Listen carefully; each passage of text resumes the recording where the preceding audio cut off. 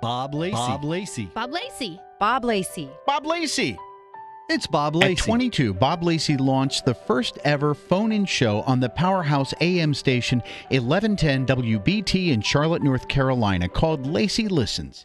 Good morning, Bob. 1110 WBT, Bob Lacey. Hello. Hello, Bob Lacey. Hello there, neighbor. I was always very surprised that WBT let me do the talk show. I was 23 years old. And if I were a manager of a radio station, I wouldn't put a 23-year-old in charge of much of anything. At 25, Bob moved to Morning Drive.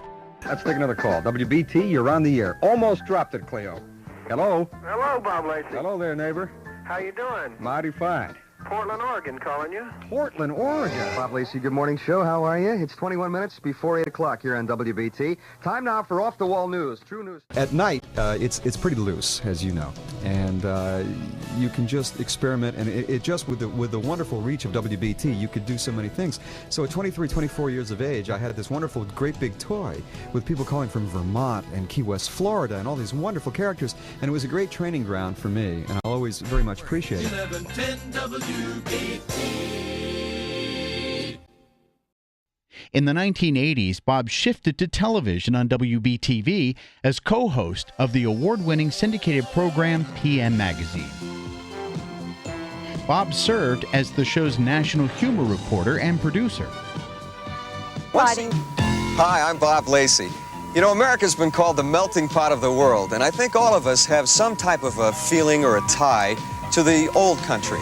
Well, nowhere is that truer than here at North Carolina's beautiful Grandfather Mountain, where once... In 1986, he received an Iris Award for Best Produced Local Television Feature in the Nation for a piece on the horrors of prom night.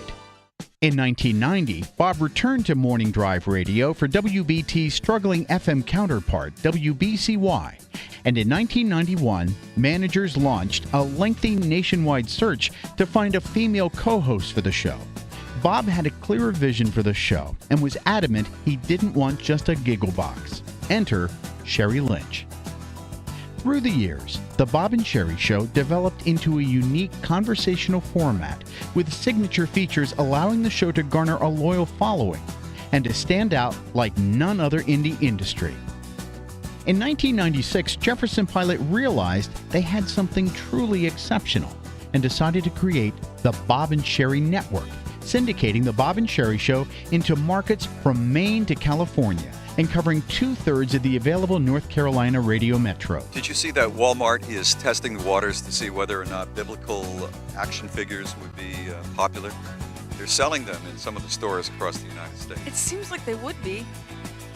It seems kind of like a no-brainer, doesn't it? Yeah. The danger of the risk of sacrilege is so high, because when I was a little girl, if there had been biblical action figures, it would have taken me about 1 flat minute to move Moses and Noah into Barbie's townhouse. I know.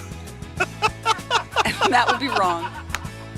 The Bob and Sherry Show has received regional and national recognition, including Gracie Awards, the New York State Broadcasters Awards, Billboard's Air Personality, and 9 Marconi nominations.